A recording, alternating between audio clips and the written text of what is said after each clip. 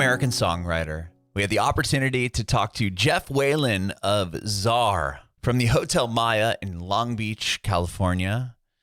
Again, this was another interview that we had recorded prior to the COVID-19 lockdown. We were staying at the Hotel Maya in Long Beach, and Jeff cruised on by our hotel room. We had such a rad room. You opened up the door, and it went out to the sand. You might hear some really, really loud cars in the background because the Long Beach Grand Prix was happening that same weekend, which was awesome, but again, it might be a little loud at times. But Jeff goes through his entire music career. It's a really fascinating story, so I can't wait for you to hear it. You can check out our previous interviews and previous videos on our Facebook page and YouTube channel at Bringing It Backwards, and follow us on Instagram and Twitter at Bringing Back Pod. We'd appreciate your support if you follow and subscribe to our podcast, wherever you listen to podcasts. We're Bringing It Backwards with Jeff Whalen. Okay, so thank you so much for doing Adam, this. thanks for having me down, man. This is awesome. It's great to be here. So you're here in Long Beach, right? I am. Do you live here currently? I live here currently. I came directly from my mother's birthday party to be here today. So we cut you short on your mom's birthday party? Oh, it was well timed. Okay, that's good. I don't want to cut you out of there quick. So you're born. Okay, we're here with Jeff of Tsar, and Jeff is Whalen, right? It is Whalen. Okay, yes. I just wanted to double check. Yeah, double treat. With Jeff Whalen, and you grew up here in Long Beach. You want to tell me a little bit about that? Well, I had a funky Long Beach childhood. My parents liked to get married a lot back then, and now. What do you mean by that? Well, it wasn't always to each other. It was only once to each other. Oh, I got you. Okay. But they like to get divorced and married and stuff. Sure. And so often I'd have like a Canadian stepdad or something like that. Sorry, I don't want to laugh. No, it's this is what happens, man. And so growing up in Long Beach is nice. It's a nice, it's nice weather. It's kind of a suburban. It's not like super swank or anything. At times it can be just a few steps away from a Jerry Springer kind of feeling. Right. You know what I mean? Yeah. Go to a friend's house and it is that. But at our house, it was a very kind of born-again Christian kind of thing. Oh, okay. Which is terrible. And I don't recommend anybody do that. Okay. But it's interesting because, when you're a kid and you're, born-again Christianing, or any religion probably when you're a kid, you get into it. You like it, or at least I did, Sure. as a kid. Yeah. And you can respond to the magic of it, or the cosmic sense of whatever it is. And as I got older and a little more kind of less just buying into it all, Sure. then things started to change a little bit for Okay. me. We were like, it was the Assembly of God was the name of the church, Okay. Which is not a few steps away from snake handling, Okay. and not, but pretty close, you know. Yeah. And they're speaking in tongues, Oh, okay. and doing that kind of thing, and were. Yeah. How old were you when you were going? Was That this would have earlier been along? 5 to Okay. about 13. Okay. And about 12 or 13 is when you started going to the church youth groups. And there and I don't know how many people have had this reaction to it. I think a lot, but maybe not. Where they start talking about, because you're supposed to not do anything, watch TV or listen to rock and roll music or any kind of music or anything that's not like kind of expressly for the glory of Christ. Oh, okay. So you're stuck listening to just only religious music, Pretty and much. only religious television. Pretty I guess? much, yeah. And then in the church youth groups, they have these like talking about Satan in rock and roll, right? Oh.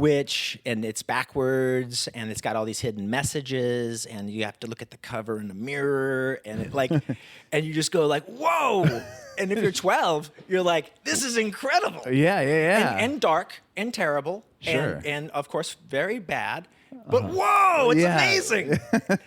And so they're playing stuff backwards, and at the thing, and they're showing you these covers from whatever bands from. Oh, so they actually showed you this is an album cover of so and so band. Of like Led Zeppelin 4 never got as intense an analysis than in the back room of the Lakewood Assembly of God Church. Right. Than any Zeppelin fan I've ever seen. They're It's just breaking down the. They're playing it backwards. They're looking at the symbolism in the cover, and it was weird. It was because it had so much meaning. Right. It had there was like all conspiracy theories. There's this sense of that that the people doing the conspiracy are like incredibly competent and well thought out, and everything goes exactly how they want it.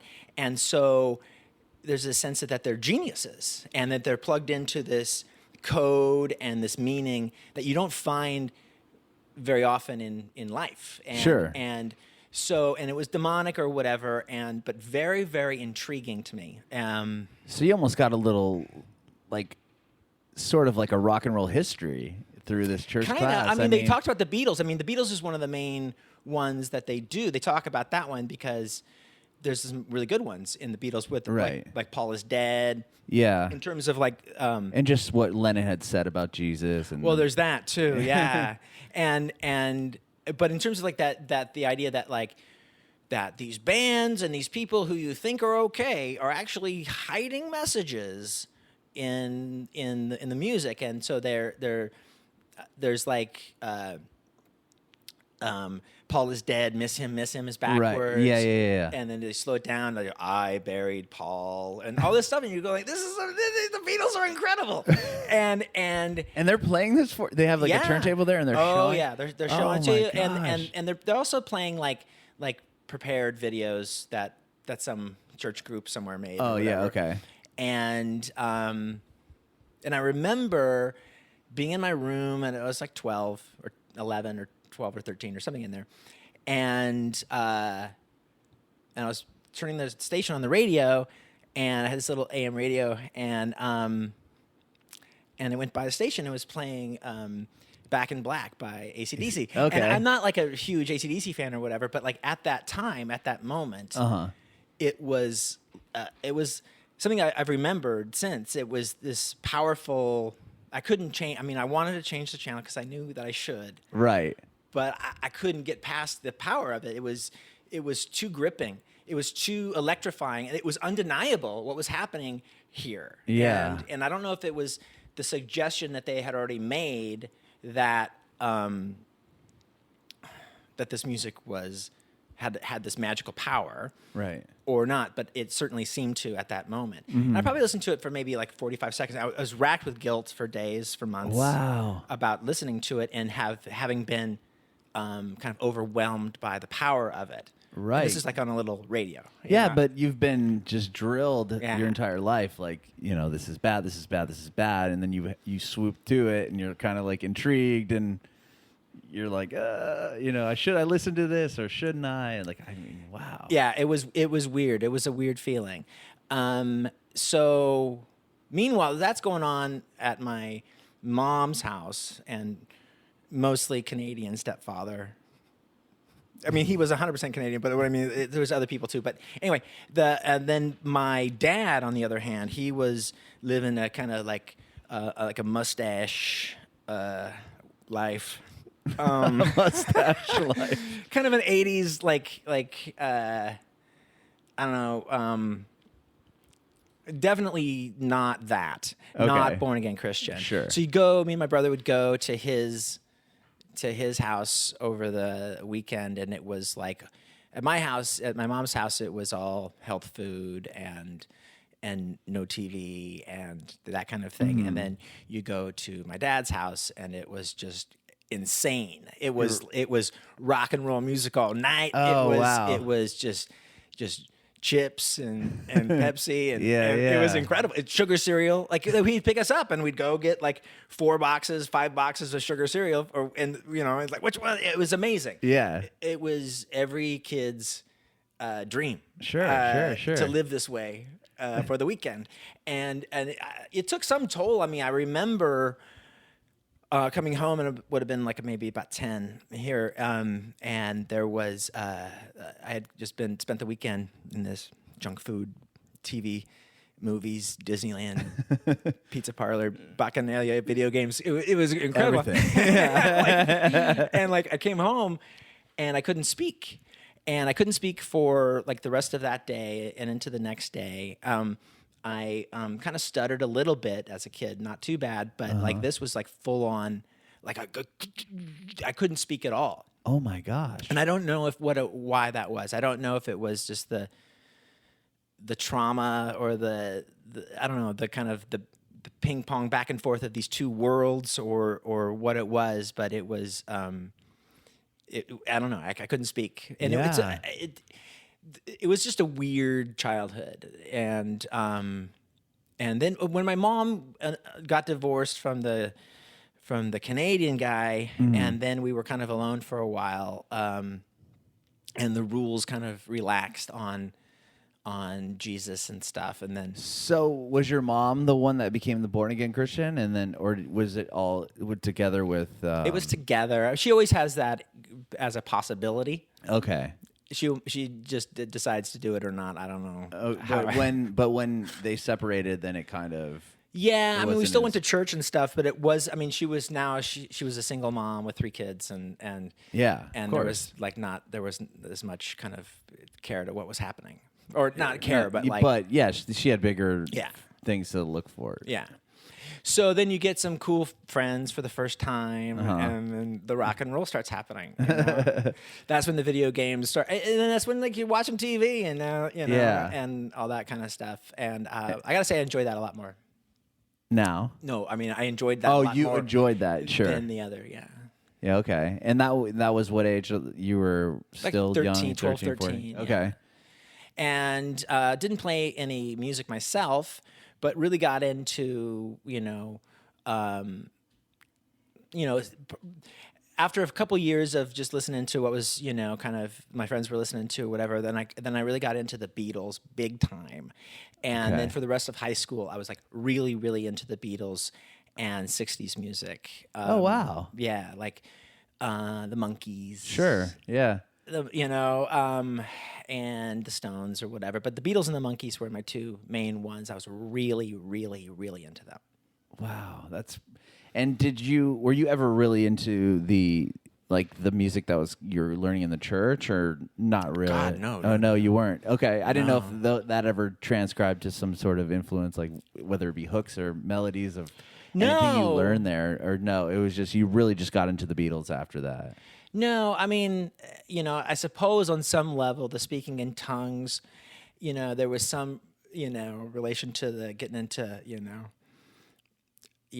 do ba da ba da, Yeah. No, I just It's not that big of a jump from the speaking in tongues to wop babaloo bop a wop bam boom. Although that's a lot catchier. Right. It's who knows about that, but. No, in terms of I never, we had a choir or whatever, but it wasn't one of those ones that you would, sing in and get all into. It was strictly a, very uptight kind of now we're singing. Okay. Yeah, because I know some churches are different when it comes to they'll have like a full live band, and maybe you drew something from that, or okay. No. So you got into the Beatles, you got into the Monkees.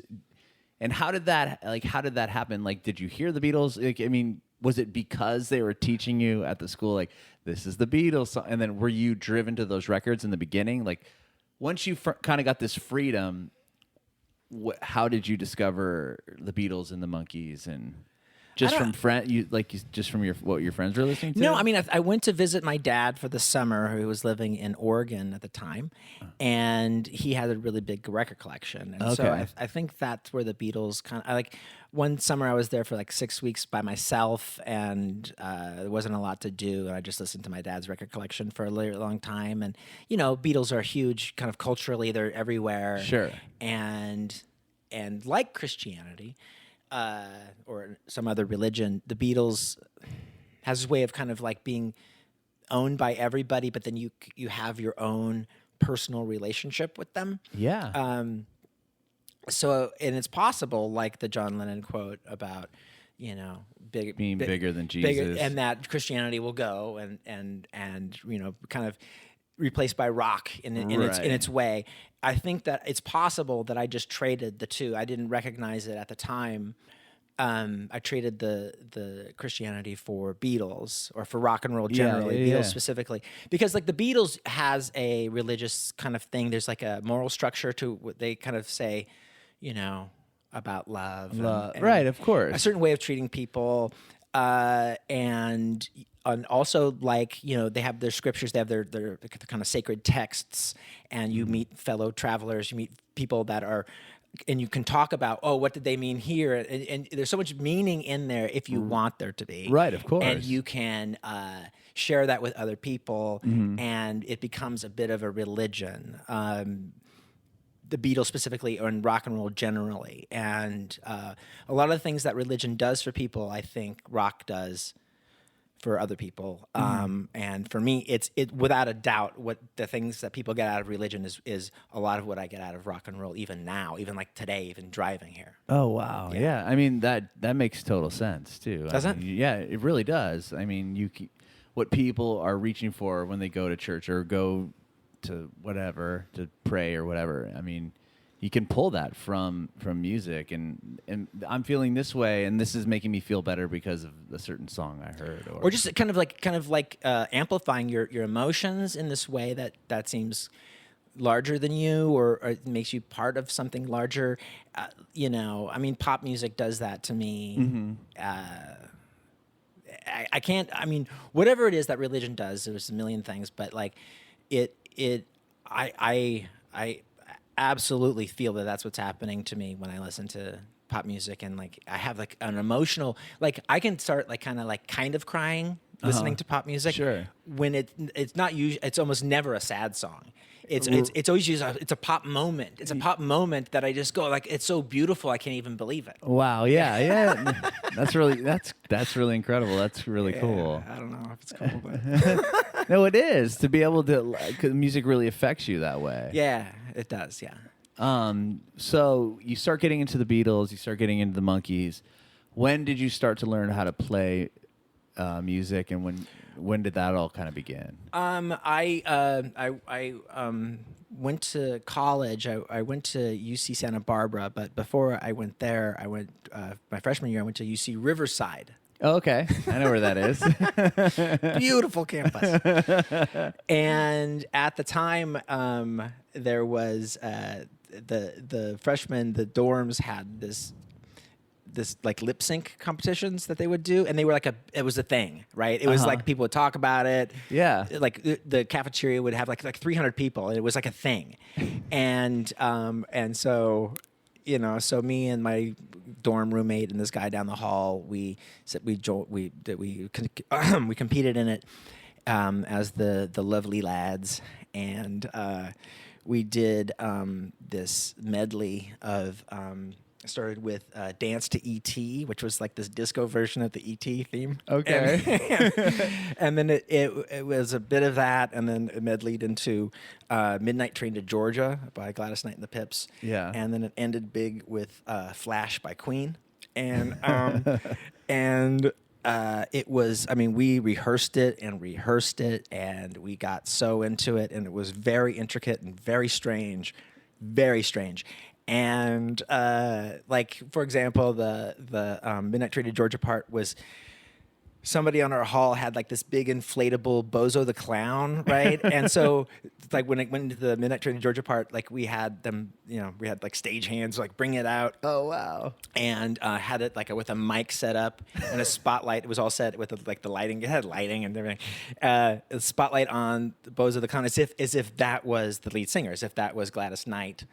Just standing there, and then we just did the Pips parts, Okay. and leaving on the midnight train, woohoo, and I don't know if we have to clear that music, but you sang it, it's okay. And it was just so weird. The whole thing was weird, but the crowd was like into it big time. I mean, they got into the comedy of it for sure, but they also were like, it was almost like they were into it in semi-realish rock and roll frenzy. Right. And when it went to Flash and it went to the bridge of Flash, we didn't play the whole parts of all these songs. It was just like maybe a minute of each song. Yeah. But it was the bridge of Flash, and I had the lead for that. And I walked up, to the edge of the stage really dramatically, to the just a man, the man's courage, and like. I'm lip syncing this, by the way. Yeah. And I fall to my knees very dramatically, and like girls are screaming. Girls are like reaching for me, screaming. And like the whole and I was so dramatically doing it, and they were like trying to touch me, and then we closed, and it was big, and we brought the house down. And standing ovation. Oh, it was insane. We won $100 and a bunch of free pizzas. And this girl I didn't know came up to me and told me she had peed her pants during the performance. And I'm like, this I can do. Like I want more of this. And like I realized that it was a lip sync competition, but it was so rock and roll. I can't tell you. I've never had an experience that was quite like that since. Wow. And I went like, I know what I want to do, and it's not lip sync necessarily, but it's rock and roll. So I got a guitar. My dad bought me a guitar and sent it to me, like a $40 acoustic guitar. And then I pretended to learn how to play it. Wow.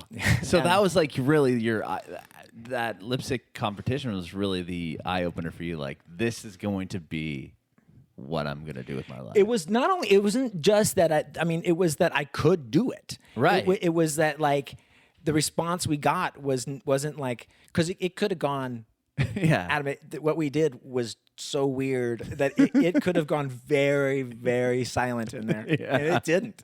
And it was like, oh, maybe I can do this. Maybe I'm good at this. Yeah. And just in terms of like being able to walk on stage. Mm-hmm. And so then I started to learn how to play guitar, and then the next year I moved to UC Santa Barbara, and they had a pretty cool like band scene at parties and stuff. I don't know if you've been to that school, but if you ever... Yeah, like Isla Vista and stuff? Exactly. Okay. Like people, when you say you go there, they almost every time go like, oh, I've heard that's a party school, is it? And you're like, yes, it is. It kind of is.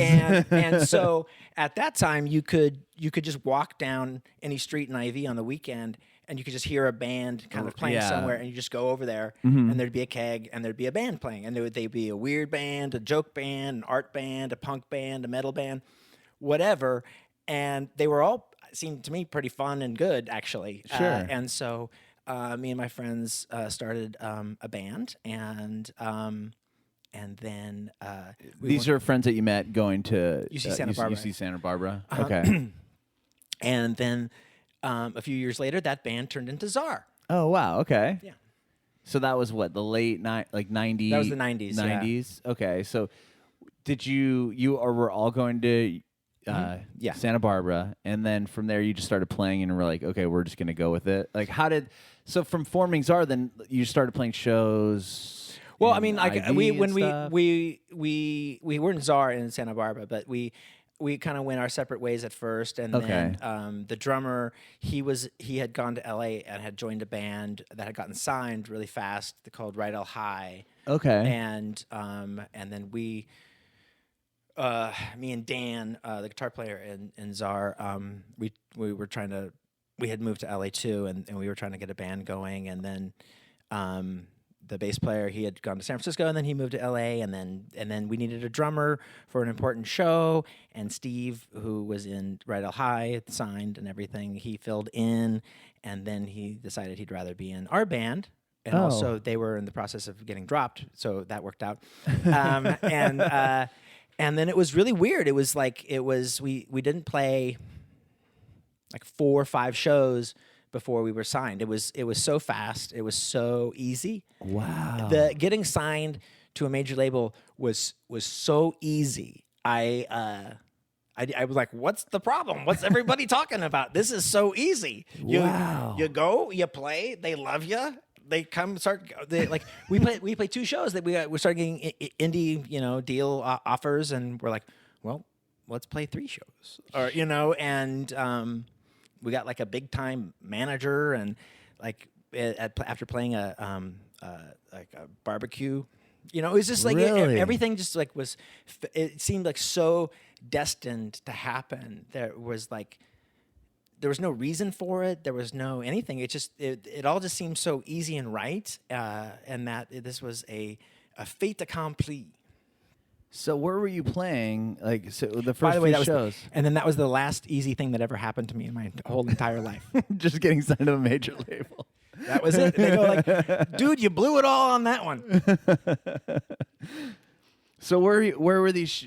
Were you just playing like parties around LA? Like, how do you obviously had to be playing, legitimate venues to get people to really.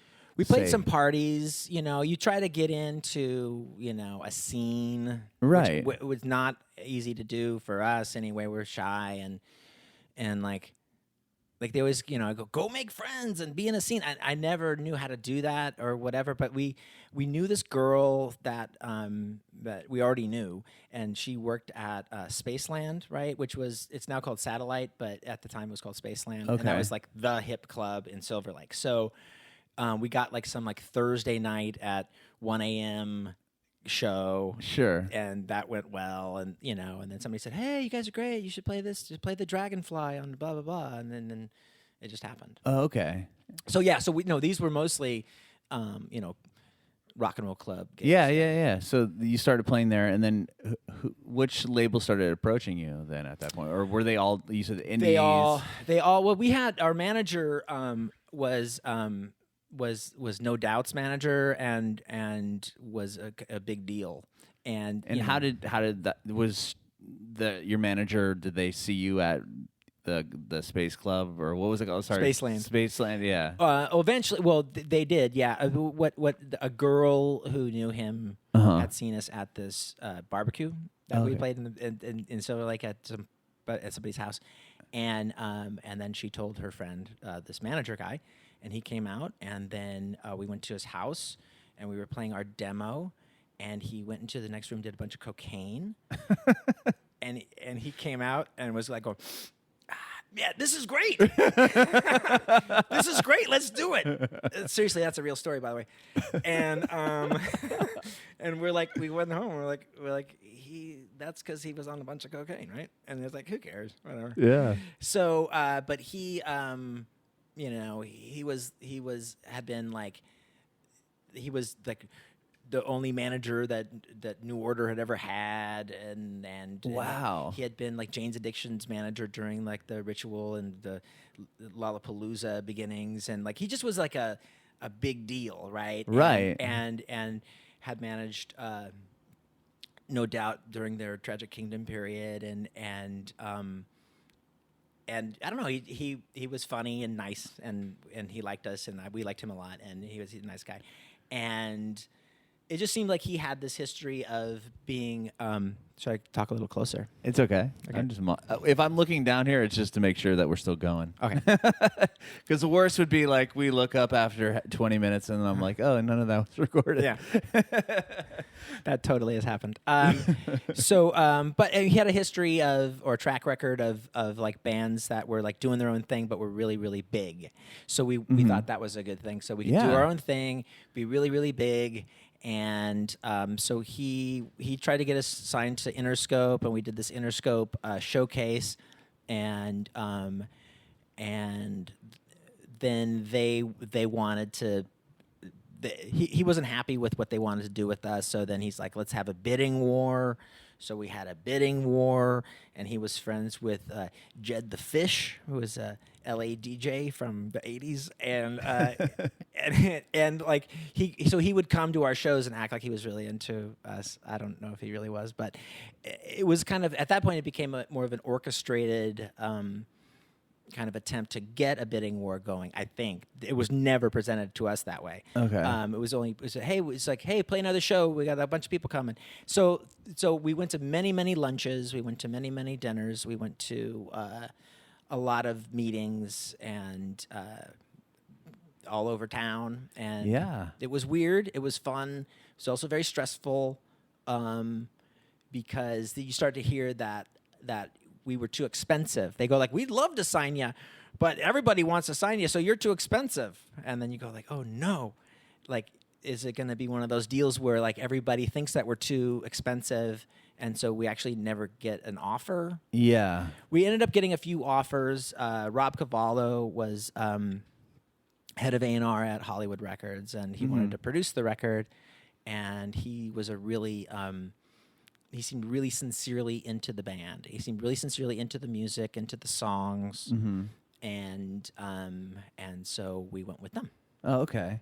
And before that, when you said you were playing the demo for the guy that ended up becoming your manager, like, how did you?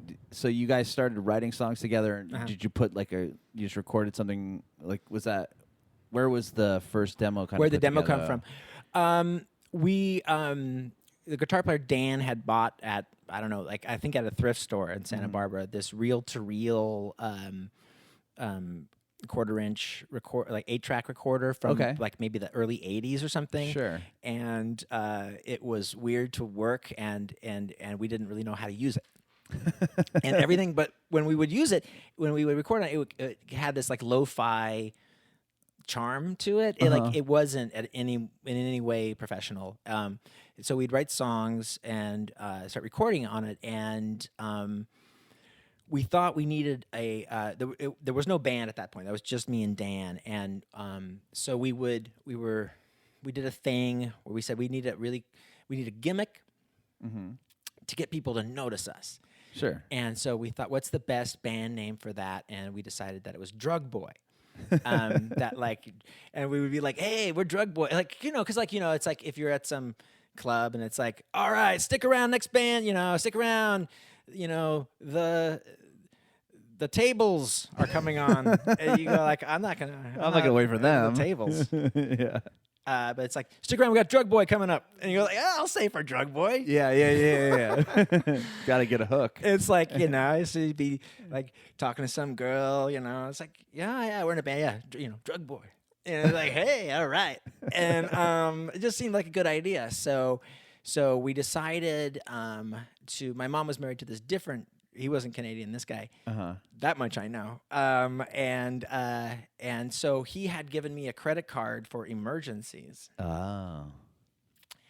And it definitely seemed like an emergency that we should go, because at the time, and maybe they still do, I don't know, but Guitar Center, you could buy anything and then return it within 30 days. Yeah, I remember those days. So we went and bought like all the stuff that we thought we would need to record the Drug Boy album. Okay. And we tried to amass all the drugs that we could find. And we were just gonna, like, for 30 days, just write and record and do drugs, and then return all the stuff to, and then we would have this incredible, at least if not demo, I don't know, some kind of an album maybe. I don't know. So what we did that. And and so you just locked yourself up in a room for a month and just wrote. Exactly. And we were it was 3 of us in a studio apartment in Los Feliz. Okay. And none of us had jobs. I'm not sure how any of this worked. Looking back, I don't remember. But how did we have this apartment? It was, I mean, we had like temp jobs, office temp jobs and stuff, but like, no one had one then. And then but I got to tell you, like, there was this happiness. There was this like it was this confidence and this calm feeling of that this is right, that this is going to work, that this is what we should be doing. Let's get the drugs. Let's get the all this like mics and compressors and stuff from Guitar Center and keyboards and stuff, and let's just do this. And we did, and pretty much we used that as our demo. Okay. And you know, for the first Tsar album, that's the basis of those songs are the basis of the first Tsar album. Oh wow. Yeah. So what you guys did in that room, you know, essentially, did you take any of those songs and put it on the first Tsar record, or The recordings? not the recordings, but those are the songs? Yes, those are the songs. Oh wow. I mean, like 7 of them are. Yeah. That's interesting. Yeah. Okay. So this is, you have your record, but it was just the 2 of you or the 3 of you guys? No, we had a roommate, but he wasn't in the band. Right. Okay. So just the 2 of you guys. I mentioned that there's 3 because it was very close quarters. Right. And we had like a drum set in there, and we had, you know, And between the 2 of you, you recorded the whole record? Yeah. Wow. So I'm sorry. What instruments did you play then on that? Just guitar? Guitar and bass and sang, and Dan is the guitar player in Tsar. It was the other guy. He's like, you know, like most bands have like the guy who's the best musician at every instrument. Right. He's that guy. Okay. And so he's like, you know, a great drummer, a great bass player. Sure, he a can great play piano player. everything. And so he did a lot of that. Okay. But then there'd be times when I played bass or whatever. Yeah. Okay. That's awesome. Yeah. So he was kind of like your Paul McCartney type. Yeah. Well, when did you first realize that you could, like, when did you first start writing songs? Because did you come to him and say, hey, I've got lyrics, I have, you know, melodies? Like, how did that all kind of Well, we had already been in bands in AUC Santa Barbara. So when I got the guitar that my dad sent me after the lip sync, I didn't know how to play it. And it's really hard. I don't know if you play guitar. I do. I learned the same way, just getting one, and my neighbor could play, so he kind of taught me how to hold my hand to hold like a power chord. Yeah. And I just was hours and hours in my bedroom trying to learn. Okay. So, and there are those people, and Dan is one of those people, and you meet these people, and they're like in high school, or, you know. Yeah, I was in high school. Whatever it is, where they come home from school and they play their scales, they practice. Yeah. That was not me. That was all. not me at all either. And like my fingers are weird, and I can't make them make the same shapes that other people can. And like, so what I did is I had a book of Beatles songs, and Beatles songbooks often have a picture of where your fingers are supposed to go. Like it'll say like D. Yeah, and it'll show you on the those top. 3 dots. Right, And kind of like a tab. Yeah. It'll say, and then like later on, and the lyrics go by, and then it's like G, and then it'll have the 3 dots for G. And that's how I learned how to play guitar, because like you could do like 8 days a week or whatever. You know how that song goes, and so then you would go like, okay, and that's how kind of maybe on some level I learned about like how to write songs, is how chords are put together, whatever. Yeah. What a progression, chord progression is, and what turns into a bridge or whatever. Chorus. And I don't know if you play a lot of Beatles songs, but they use sevens. I love the Beatles. Okay. Like, actually, my sister's name is Abby because of the Abbey Road record. My dad is like a huge Beatles fan and pushed that onto me. And, yeah. I mean, that's what happens, is you end up naming people after being a Beatles fan. When you meet somebody named Michelle, it's usually, you know, there's a Beatles involvement in there. But you know, for the first couple of years of writing songs, I would put all these like G7s and all these 7s in my songs, because the Beatles always did, and like I just assumed that you're supposed to put all these 7s in there, but you're not really supposed to. Only they can do it. But me and Dan had been in a couple bands, you know, playing parties and stuff in Isla Vista, UC Santa Barbara. So we had already kind of like established kind of a partnership there. So you had already, you already cut your chops as far as like writing, and you could write. You already had lyrics and yeah, but the college songs were very different than the Drug Boy stuff. The Drug Boy was a big step into a bold new tomorrow.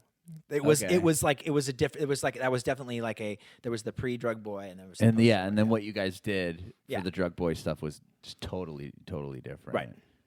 Okay, and then you gain 2 more people from there to form and then you just change your name from the Drug Boy to Czar. Like, how did that? Is that what happened? Like, how did you become? Well, Czar? there were other names too. There were other names that that we used because like the main reason we didn't use Drug Boy, there was a fear that it was too, edgy for, a major label kind of scene. Right. There's that, but more was Dan didn't want his parents to know that he was in a band called Drug Boy. Right. I'm sure that. Yeah. My son's in a band. They're called Drug Boy, and then it's like, oh, okay. I mean, it was we all smoked back then, and it's like we'd be like on TV or whatever like later and on a major label and everything, and Dan would always be worried that somehow his parents were going to see him smoking. That's funny. Okay, so Czar starts. There's talks of a bidding war. You guys signed to Hollywood Records, and then from there, what was the next step? Did you guys get put on a tour? Because you hadn't really toured because you only played a handful of shows. We hadn't right? toured at all. No, we hadn't toured at all. And the next step was to record the album. Oh wow! So right from there, they didn't push you out. There was just we're going in. You're going to record a record. Yeah. And Rob Cavallo was, he was a big deal. He still is a big deal. And he did produce the record, and so we went from like the apartment to kind of big budget studio recording, like just directly. Right. How was that? Like, how was that transformation for you? Were you like? It's great. Blown away. You're going from this to like, oh, wow, you're in this huge studio and you're working with these major producers. Yeah, it's you try to like keep a straight face. You try not to freak out. You try to enjoy it. I wish I had enjoyed it more. I was too freaked out, I think. And I was so set on it being great. Like I was like let's spend all the money. Let's do all the things that we have to do to make this album the great album, because if we don't make this one the great album, then we won't have an opportunity to make the next one a great album. Right. They'll just go like, oh, that wasn't good enough. So it's definitely different. I mean, I remember playing a D chord and Rob saying, you're playing it out of tune. And I was like, oh, the guitar's out of tune? He's like, no, you're playing it out of tune. And I'm like, what are you talking about? And he's like, oh, with a D, you're going to want your index finger pressing down, so hard. And then you want your ring finger pressing down harder. And then I'm like, what? And because like when you're recording onto the things that we had been recording on in Drug Boy and stuff, none of that matters. It's just D. If the guitar's in tune, D. But if you're in like a big studio with super mics and super everything, then like the subtle differences of how hard you're pressing down on each particular string makes a difference. Wow. Supposedly. Yeah, I've never even heard that before. Yeah, I had never heard that either.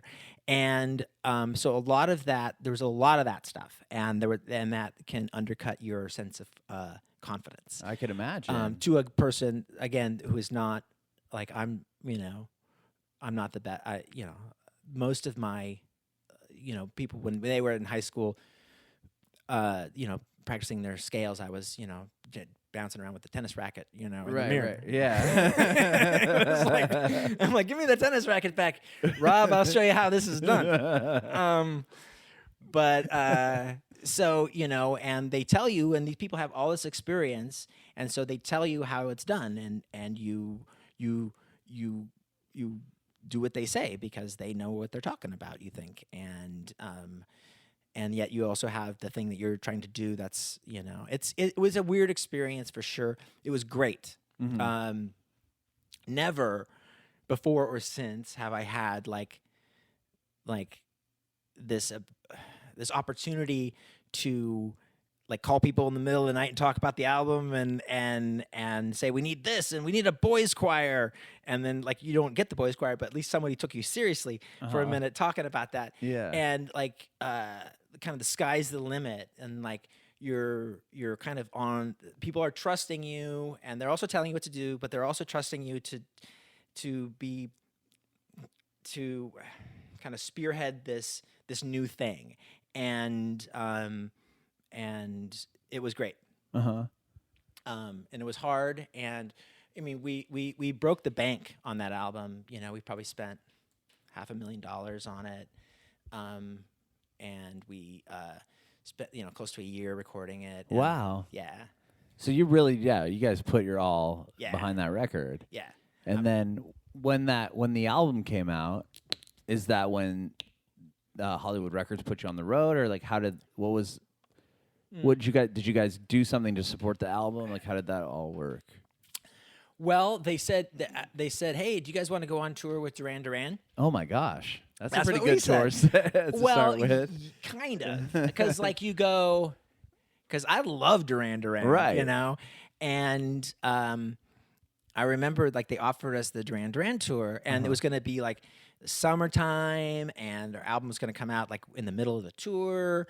And let's go on tour with Duran Duran because we're big rock stars now. Right. And then there would be like you'd be talking to somebody at a party, and because you go like, yeah, I don't know, man, because like they want to send us on tour with Duran Duran and stuff. I don't know. And you get these guys, and they're like, since they're serious, they go like, dude, do not do it. Some guy in another band, right? And you go like, what do you mean, don't do it? They're like, do not go on tour with Duran Duran. That's the end of your career right now. Right now, if you go on tour with Duran Duran, and you go like inside, you're going like, is this guy like jealous, or is he being real, or is this something I should listen to or not? And then he said like, you need to not do this. You need to establish yourself as this other thing, and it's really possible that those guys were right. Wow. Yeah, because I would think exactly what you said. This person's jealous. Mm-hmm. Why? How would that be a bad, Well, there's a bunch of bad things about it. I want to hear it, because like that, to me, I think you would want to just jump in and do that tour. And we did, because it's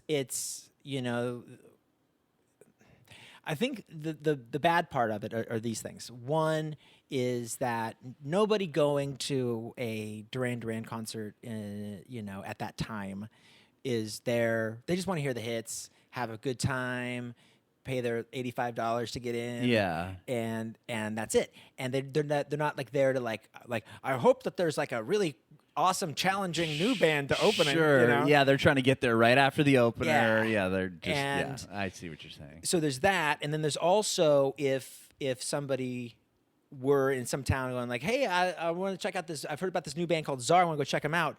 If we were playing at some club and it was $15 or whatever, fine. Right. But not $100 and whatever dollars or whatever it was to get into Duran Duran. Okay. So and then there's the kind of the association with it as like, I don't know. We thought about all these things, but ultimately we decided it's one of these things that you can't. I don't know what the answer is, because truly that tour was one of the greatest experiences of my whole life. Wow, it really was. Yeah, and yet it may have been like a big component in the album not selling. So I don't know. Yeah, because you would, because you're kind of putting yourself in a box as far as like where it goes, where you're on tour supporting this record and you're opening up for this huge band, but like you said, people might not hear you because they don't get there enough, or they're halfway through your set, and then they're just like, oh, okay, now I'm gonna go watch Duran Duran. They're probably not hitting up the merch booth to get your record, and they might forgot who you were when they leave. But you're saying if you played a little club, then it's kind of more like, okay, I'm here to see Tsar, this band that I'm into, and it's $15, and they're going to bring their friends, and it's going to be more focused just on you guys. Well, and not just that, but like that it's like part of like this exciting new scene or an exciting new thing that's happening. Mm-hmm. Duran Duran, this was in 2000s, and it's like it wasn't like they weren't like they were definitely a greatest hits band, and sure, it seemed like a lot of the audience was there very casually to see Hungry Like the Wolf or whatever, and just like not interested at all in anything else. They didn't want anything from the new Duran Duran album, much less anything. No, that makes total sense, because if it's like if a more hip up and coming band was touring with the Eagles or something, and it's like these people are showing up because they want to hear these songs, and then that's what they're paying top dollar for, and that's it. Right. And they don't want to hear anything new. They want to hear the record they're there to hear, and the first band is not important to them. You would in that sense you would assume. And that's what happened. Oh, wow. And so it's you know, at the same time though, never having been on tour before, just playing in front of thousands of people every night in the summertime, and the record's coming out, and it's great. How's it going, Dallas? What, the people on the grass are being kind of quiet. Let's hear it from the people back there. All right. What's going on this side? So you guys are playing like stadiums. Not stadiums, like arenas, yeah. But still, like like an arena show. That's huge. Yeah. Did you do the full U.S. tour? It was like, I don't know, it was... you know, I was 30 dates or something like that. I don't know. And then back. We played at the Coors Light Amphitheater. Is that still what it's called? In San Diego? Yeah. Oh yeah. Well, Well, now it's changed so many times. It is now called the North Island Credit Union Amphitheater. Rock and roll. But like 3 months ago, it was the Sleep Train Amphitheater. So rock and roll. I mean, okay, so but that was amazing. But Coors is huge. Yeah. I mean, what it is now, but a Coors Amphitheater when you guys were there, that is the big amphitheater to play at. If you're not playing, you know, if you're playing there, you are drawing thousands upon thousands of people. Or opening for a band that's drawing thousands. But you know what I mean? Like, that's the big place to play. Yeah. And I remember that was my mother. Mm-hmm. God, she's in this story a lot. Maybe it's because it's her birthday. She had always wanted to come see, you know, the band play, you know, from the beginning and whatever. You used to have to say, Mom, no, Mom. You cannot come. Why is that? Just because it was, you don't want to scare her? Well, there's that, but mostly it's like, you know, when you're playing at the beginning and you're at some, you know, club and it's not very full, and somebody's brought their parents to see, you know, some band has brought their parents, and it's just like I could just see my mom, like, after a song, just like silence, you know, and then I hear my mom go like, you know, "We believe in you, Jeff," or whatever. Right. It just seemed like, so I had told her that she could come see us when there was when we were playing a place that had assigned seating. Where that was like that we had made it enough to where she could come if there was assigned seating. Okay. And so, but I didn't know, because we had been on tour that she would be coming to the Coors Night Train Amphitheater, whatever it's called. She came down to San Diego. She did, but I didn't know that she was going to be there. So it was after the show, and I was talking to this girl by the merch area, and I was smoking, and I had a beer in the other hand, and I see my mom come walking up with the guy she was married to at the time. And I don't know how this is gonna play on the podcast, but I like threw them both over my head, like in one motion, and I went, "Hi, Mom."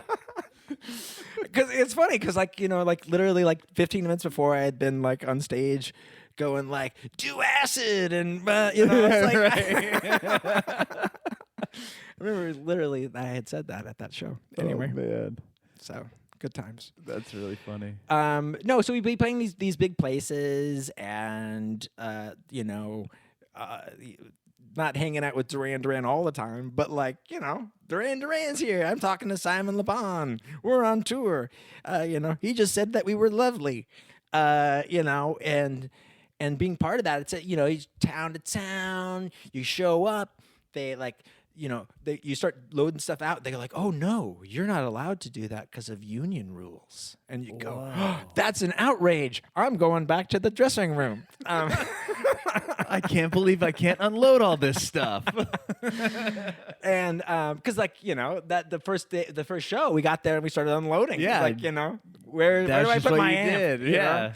And then so, you know, all of that, and there's like catering, and it's like all the venues are like really nice to you, and it was I don't know, just never really driven around. I've never been on tour, never driven around America, we were in a van, but driving around at the South and the Midwest, and had never been to New York, and it was just like, it was great. Yeah, and that when you play, there's gonna be people there. It's not like you're like, all right, we're gonna put you on the road, and you did.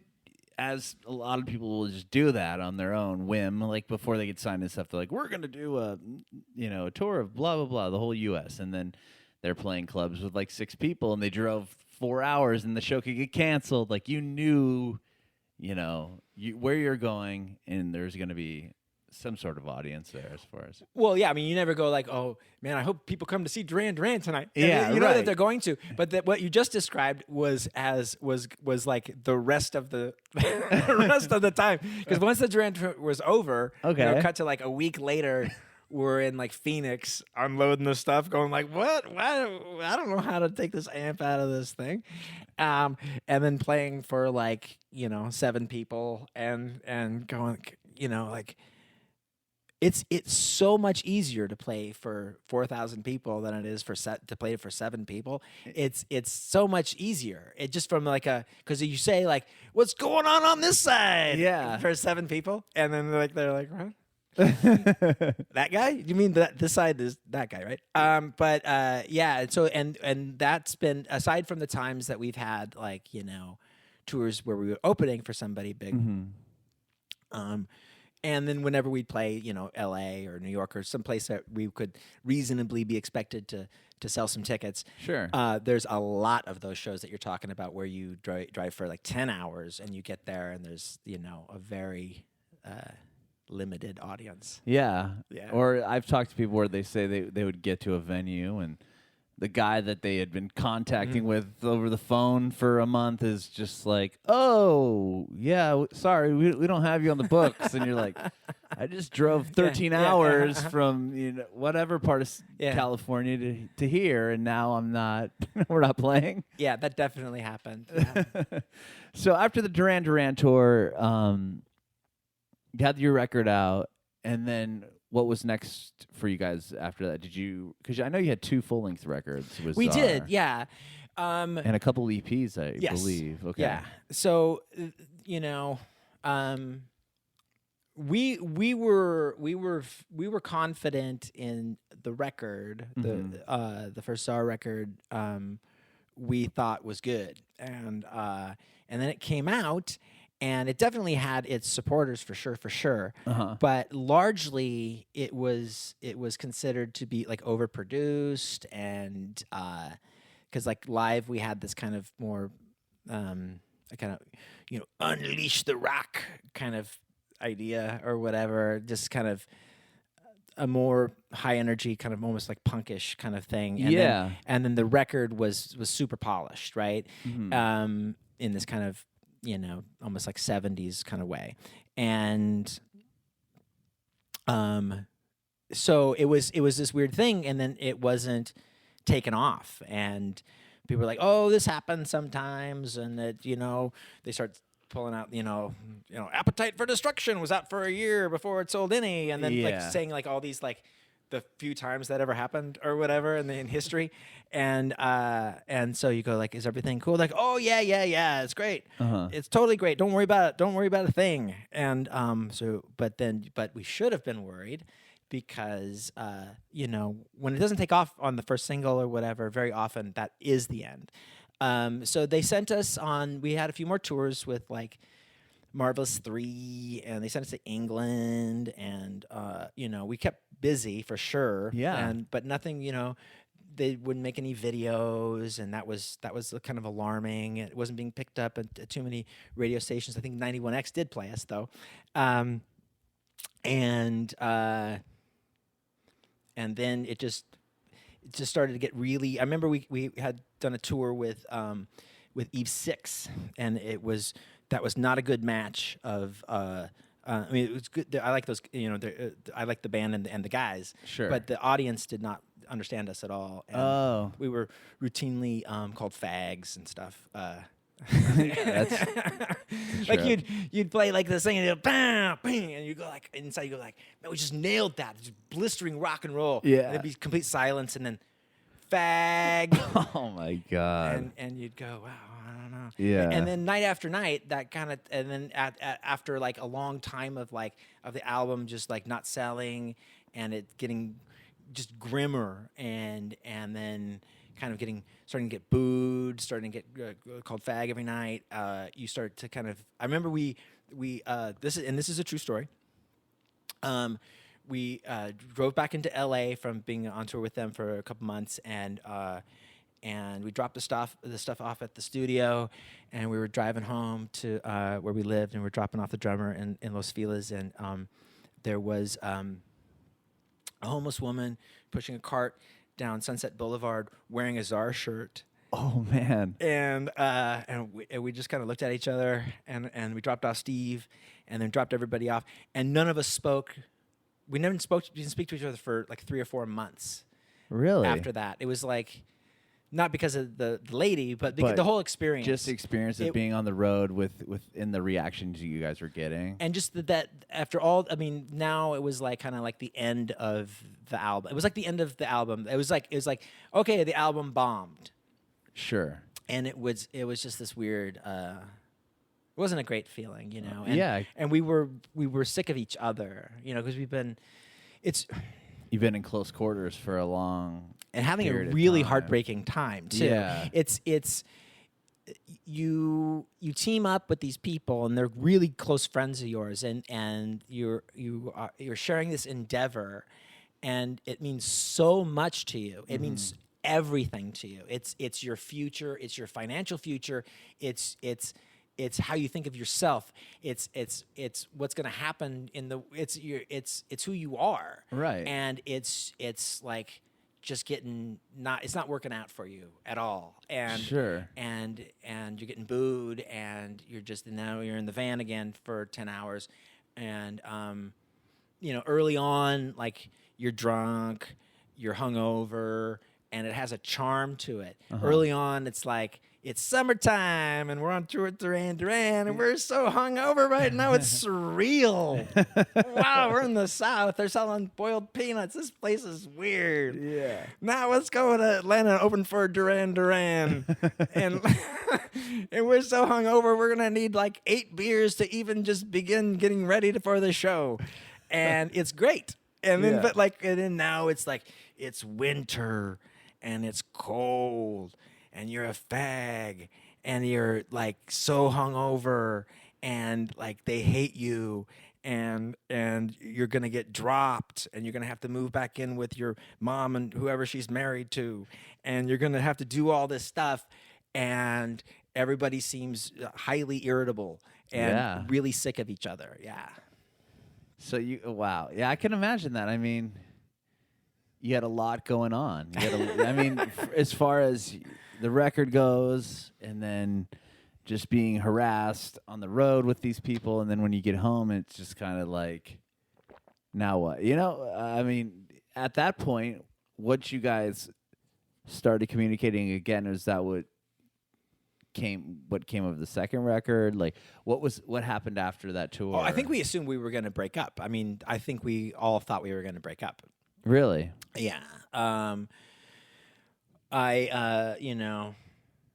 like tried to write some songs, and it was you know, I don't know, disheartening to go, I don't know what to tell you people. That first one should have been fine. If that one wasn't fine, I don't think I can do a better one. I don't think I can. I certainly can't in this state of mind, because like coming up with all that material was done during a time where everything was like I had a confidence that this was right, and that this was like almost like magically going to happen. Sure. And now the feeling was like the opposite of that.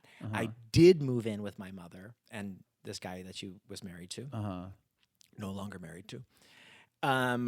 And, you know, in Orange County, and I would like drive from Orange County to Burbank, where we had our studio, and try to write songs. And it's just like, when you're feeling like you can write a song, it's so easy. And when you're feeling like you can't, like, it seems like you were never able to write a song. Like how did you ever do it? It was like that wasn't even you or something. It's just you going G7. That was a callback. Yeah. But like, and I wrote like all these terrible songs. I mean, I demoed like crazy because like I was like, I wanted like a force of will. Like I was not going to be defeated like this. I thought. Yeah. I demoed, and like listening to them now, it's like there's usually like a kind of a cool thing about each one, like some hook or some thing that's cool about it. But there's like almost all of them have like an internal flaw of sadness or ugliness or anger or something that ultimately disqualifies them on some key fundamental level. And it's just where I was, you know. Yeah. And so we had a band meeting in which we decided to stay together, with the idea that, like, I remember saying, like, it's like, what are the odds that we're gonna say, like, man, oh man, I sure wish we hadn't recorded that second album, or we're gonna go like, oh, I wish we had recorded a second album. I mean, which one are you gonna say? Probably. Yeah. Like, you're never gonna say, like, thank God we didn't record another album. Right. So obviously we're in a lot of pain right now. It was like watching a car accident. It was like watching a horrible car accident in slow motion. I remember thinking that and feeling that at the time. And so we just decided to do it, and it wasn't fun. It was like it was like will. It was like, I don't know if you've driven much from Orange County to Burbank. Yeah. It's trafficky and stupid. Sure. And like when I would get to the studio, I would like go with my job right now. If I had a job where I was just supposed to like punch somebody in the nose, well then I'm ready. Right. Yeah. If my job is to now write some song, I don't know. I got to sit in here, and I do this every day for months and months and months. And I don't know what writer's block is. I don't know where any of this stuff comes from or whatever. I had read this book by Stephen King called On Writing. I don't know if you've read that book, but I haven't. It's about creativity, right? And he's like, you just need to be. Well, he's Stephen King, so he can act like he's like, I don't know why everybody. All you do is you write 10 pages a day, and then 30 days later you have a 300-page book. I don't know what the problem is. You know, this is attitude. And it's a bestseller. That's his attitude. People say I write all the time, but like, if you write 10 pages a day and you write it every day, that's like a 35,000-page book a year. I don't know if the numbers on that are right, but anyway. But he said, like, you just have to be there for when the muse comes to visit you. The muse isn't gonna like go get your attention. You have to be there ready for when it comes to you. So I definitely did that. I was like, I'm gonna be available. I am here, available for whenever the muse wants to come. I'm here. Yeah. And every day, I mean, I did it for so long. I didn't go out. I didn't have any kind of social life. I had just this weird, depressed, I don't know. People would everybody was, at that time, everybody said that the album was like overproduced and that we had fucked up. And like I was walking on the street in Hollywood, and a guy yelled across the street to me. He's like, "Hey, you're in Tsar," and I said, "Yeah." And he's like, "Your album is overproduced." Wow. And I said, "Okay," Thanks. But I mean, it was I heard it people almost every day telling me about this, and so when we finally got enough stuff together to record the album, Rob Cavallo had left Hollywood Records. And a new guy had come in as the head of A&R, and he had me over to his house to drop me. Oh my gosh. But I didn't know that that's why I was coming to his house. So you're showing up thinking you're going to have a meeting with this guy. That's what I thought. And I thought that I had to definitely, because I didn't know this guy, and I thought I had to like sell him on how awesome we were. And at that time, I was like I thought that I had it down, this patter, this rock and roll dude patter that I could talk. I could talk like I was a poet, right? Like I'm a rock and roll poet. If you don't understand what I'm saying, that's because I'm too much of a rock and roll poet. So I would like literally be saying like, so that's what we're going to do, a flippity flappity. I literally said flippity flappity in that meeting, and like, it was just nonsense I was saying. And I wore a shirt that was from the Drug Boy era that said, "Please don't feed Drug Boy." And I went in there, and he told me later, which I didn't know at the time, but he said, I had you over to drop you, but you came over, and you were way too weird for me to drop, and I wanted to see what you would do if we had another out. And so I'm like, hey, wow, it worked. I didn't even know those were the stakes, because I don't know what I would have done. But we kind of bonded on talking about 60s pop, and about, he knows more about, that guy, Jeffrey Weinstein, knows more about pop trivia and pop music than anybody I've ever met, actually. But kind of a genius. So we got set to record the new album, and this time we're like, we're not going to overproduce it, man. Yeah. We're going to unleash the rock, and it's just going to be blistering, just from wire to wire, just rock and roll, rock and roll, rock and roll. And so we did that. Okay. So you went in there and just didn't add any of the polished like synths, because I think the first record has a lot of the like it's got anything that we needed. I mean, it was like literally have a conversation about Boys Choir. We didn't use them, but like any kind of thing was open to being used. The second album, no conversations about Boys Choirs ever. It was. I mean, there's piano on some, you know, and but largely just guitar and bass and drums. Yeah. Cool. Okay. So you convince him. You go in there not knowing that he's about to drop you from the label. You show him that you need to be on this record label, and then you put out the second record, and then from there, did you guys go on the road again? And no, well, we recorded the second record and then got dropped. Oh, really? Yeah. So, so they put up the money, they put the record out, and then they go, okay. No, they didn't put it out. They never put out the record. No, they just recorded it. Interesting. Yeah, and so then by then we had a different manager. And then so he got us a deal with this label called TVT. Okay. And so then TVT bought it from Hollywood and then put it out. Okay. So they were considered a big indie at the time. They're out of business now, but at the time they were a bigger indie label. They were like, it was during the kind of I can't think of the term right now. It's a certain kind of rap music that was really popular at the time. Okay. They were riding that wave and really kind of happening. So, but they had like Guided by Voices and Nine Inch Nails and like stuff like that. And so it was a legit label. Sure. And so then we put that out, and then people went like how come it doesn't sound like your first record? And I was like, no, come on, no, really? Wow. And so, but it's true. It's it's one of those ones. It's weird. It's like that record is I like it. It's funnier than the first record. It's angrier than the first record. It's the first record is like all about like magic and optimism, and that kind of has that feeling to it, I think. And then the second record's all about like it's kind of a concept record about the first record not being a hit. I don't know if that's... No, that makes sense. Yeah. And then by then, though, because we had been dropped by Hollywood and stuff, then the drummer and the bass player left.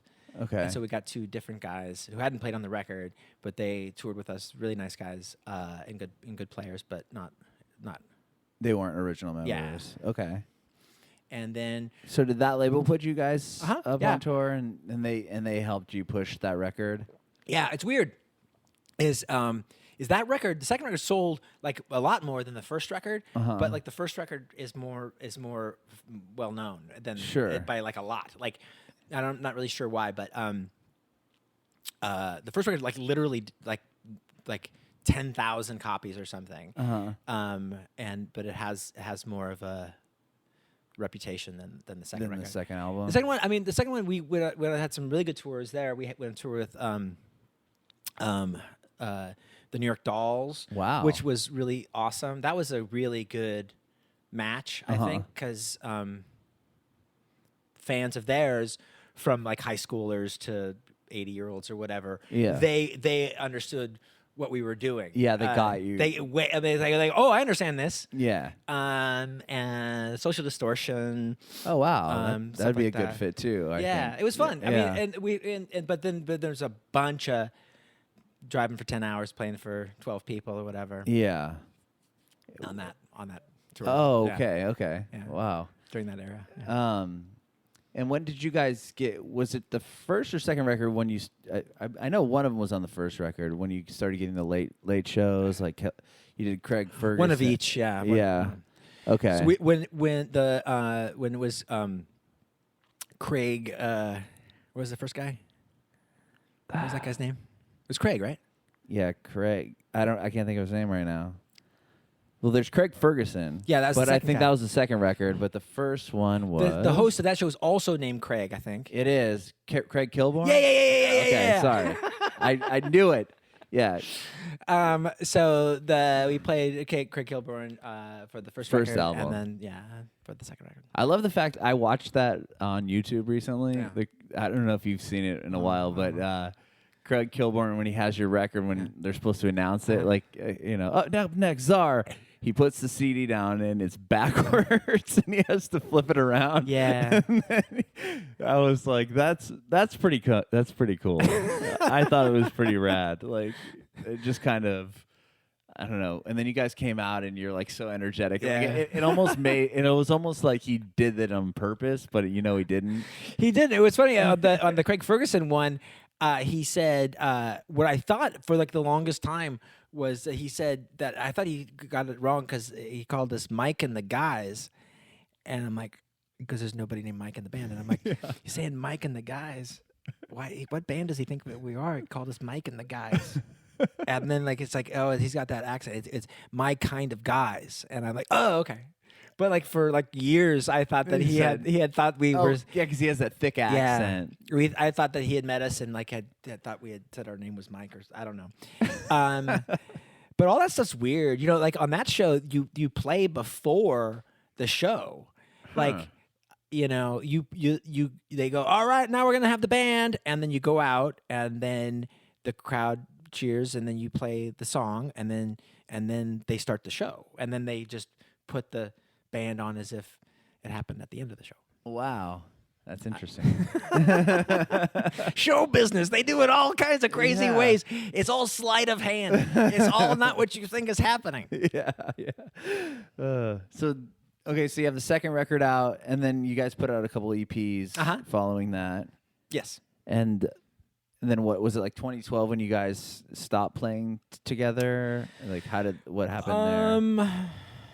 I should say, just for anybody out there, there was an EP in between the two records and then an EP after. Oh yeah, because there was an EP in between the first record and the second record because you got the new. Didn't the new players play on that EP or no? No, that was still the original. No, it's all original members have played on all of the Czar stuff. Okay, even the later EP, we got back together to do That's that. what I thought. Yeah, but I thought there was an album or an EP in there that maybe we did you had some a different, sessions with different, like I don't know, different drummer maybe. I don't remember. Some stuff came out, but it wasn't like an EP thing. It was like on some soundtrack stuff. I don't know. Sure. No, we did this self-produced EP in 2012, I guess, or 13 or something, and then we never like broke up or anything. We just after we toured some with that, we just didn't do anything, and we all just kind of got interested in other things. Dan moved to Chico, to some farm. He went off the grid, man. Wow. He went off the grid. Did you ever dream of doing it? I think it would be rad. Yeah. I know my wife's uncle, he's off the grid. He's way out by, like, over Big Bear, like the other side of Big Bear. And he's got his own well. And like he could, like, if the apocalypse happened, he would still be, like, sustainable. He'd be sustaining out there with his animals and his water and everything else. It's pretty crazy. It's I kind of want to do it. I want to like be off the grid, but like not live like on a farm or anything. I just kind of like in town. I'd still be in town. In town, but off the grid. You know what I mean? Yeah. Like I could definitely not do with the internet, and I think it's like my authentic self. Sure. Is not internet person. I don't know what to do about it because you kind of have to. They make you do it. It's not like you can. Yeah, I mean, nowadays it's kind of. It's like, do you want gas in your apartment? Yeah, it's like right. Yeah, it's like all do it online. It's all paperless and. So it's or I went to school. I went to get a master's degree. Oh wow! And you got to get a computer for that. Yeah, even to apply, you have to. Really? You can't apply on paper. Oh right, yeah, to apply to go to the school and stuff. So you bought a computer. Yeah. And where did you go? Where'd UCLA. You go? Oh wow. Yeah. What did you get your master's in? Information science. What? Yeah. That's weird. Right? What did you did you do that for a specific reason? Yeah. That's to be a librarian. Really? Yeah. Are you? And I am a librarian. Yeah. Are you now? Yeah, really? Yeah. That's really rad. I don't normally talk about that. Yeah, I sometimes do, but it's not normally one of the things I talk about. It's like when you devote your life to rock and roll striving. Sure. You do it at the detriment of other aspects of your personality, because you know that any damn person worth anything is very got different sides to them, right? But rock or any kind of thing that you're intensely doing like that, you kind of have to be kind of myopically focused on just that. And there's other parts of you, like a rocker needs to be like ideally focusing everybody that they know at them. Right.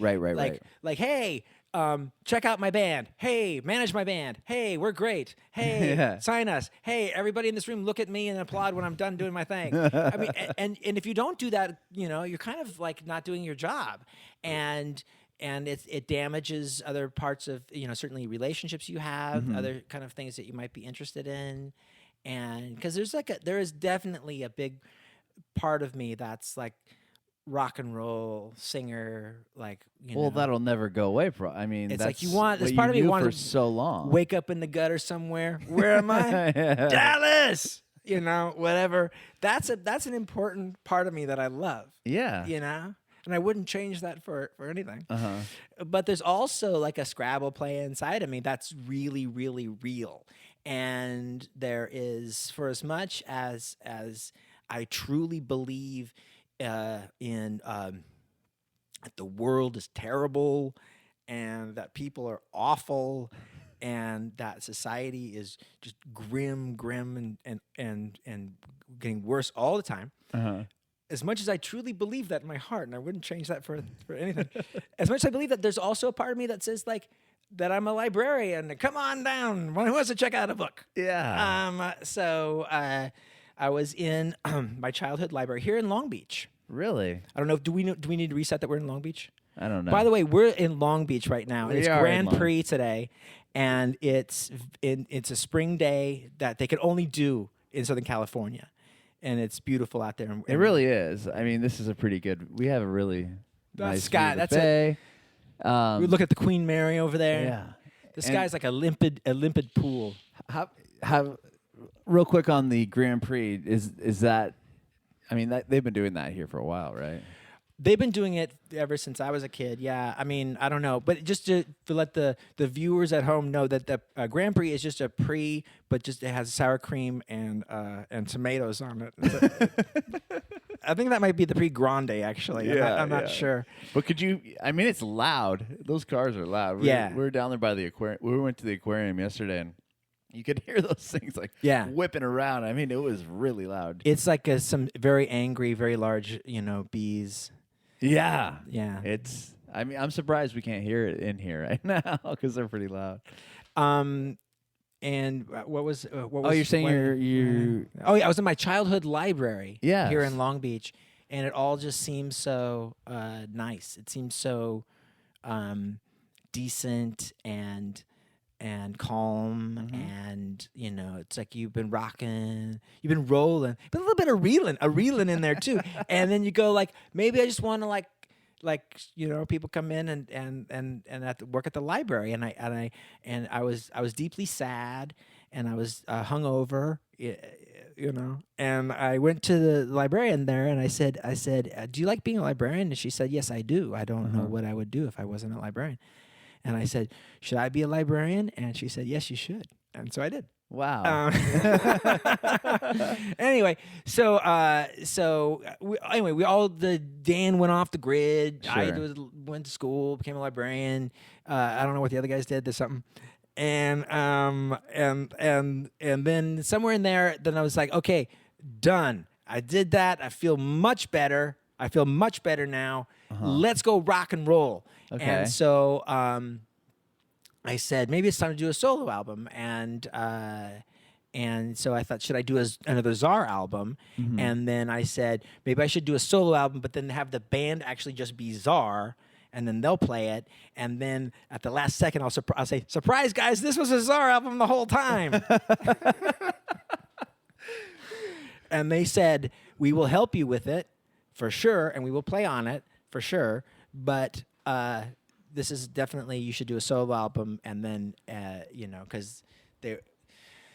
Tsar is a very interesting thing for all of us because we're still like really tight and we're really good friends and stuff. But I think that if we did another album, which I really want to do at some point, it would be an undertaking of kind of remarkable.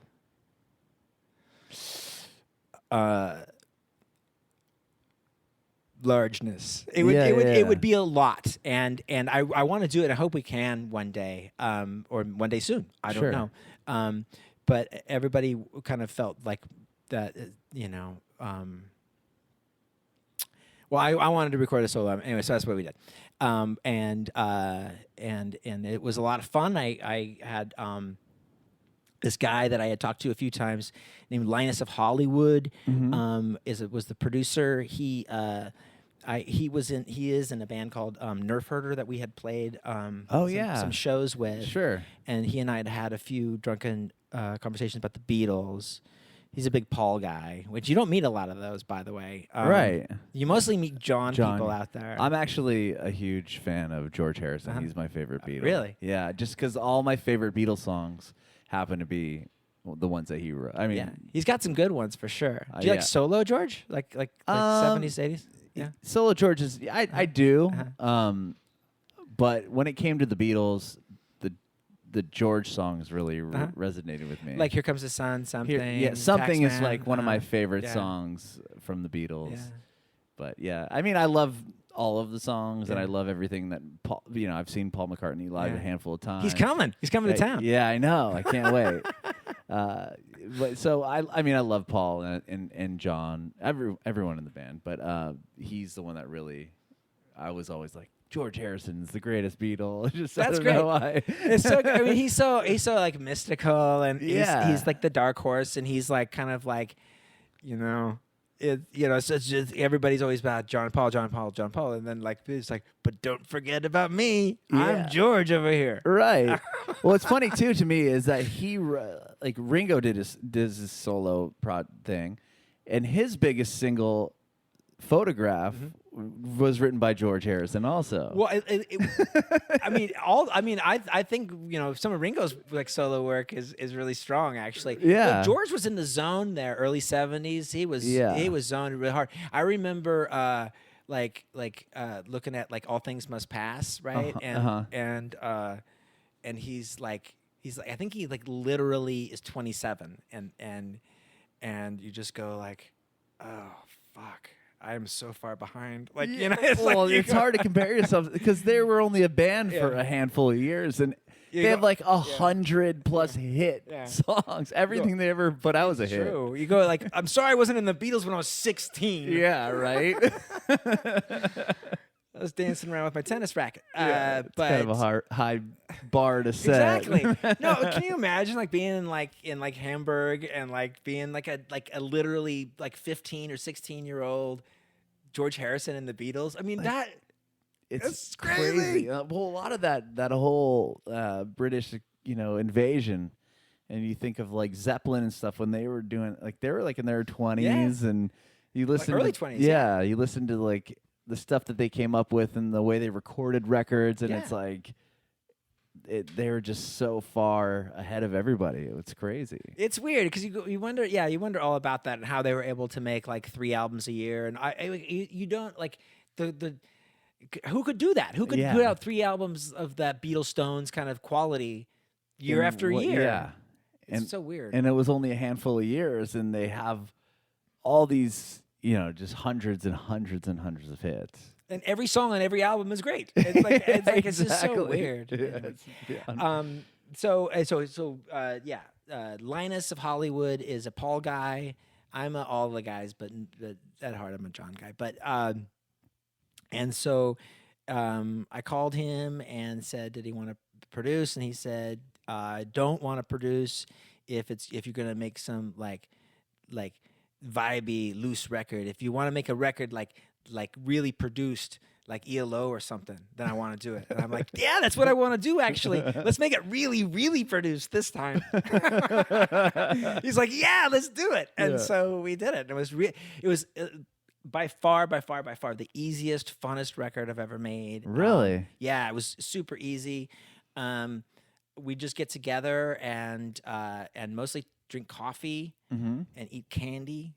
I like that. And talk about like the Zombies and ABBA, and then work for like 2 hours, and then like within like 3 weeks that album was done. It was so easy. It was so weird. Wow. Yeah. No, I really like your new record. Oh, thank you. Yeah.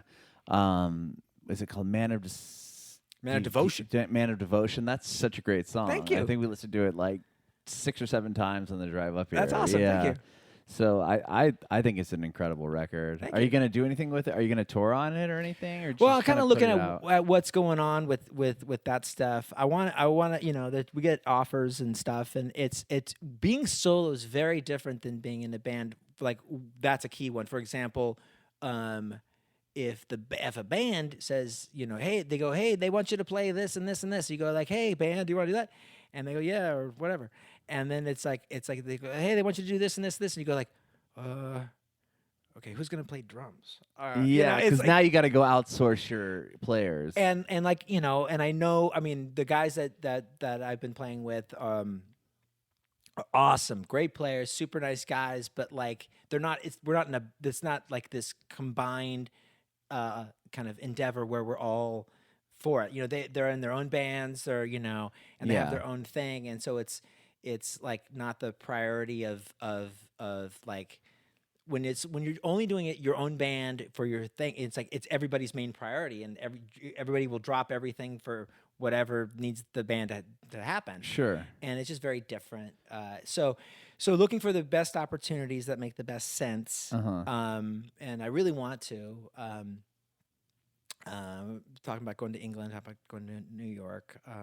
But mostly, as I kind of was saying earlier, that that I wish that I had had a better time, been more relaxed, had a better kind of not taking it so life and death, which I definitely did, and still do.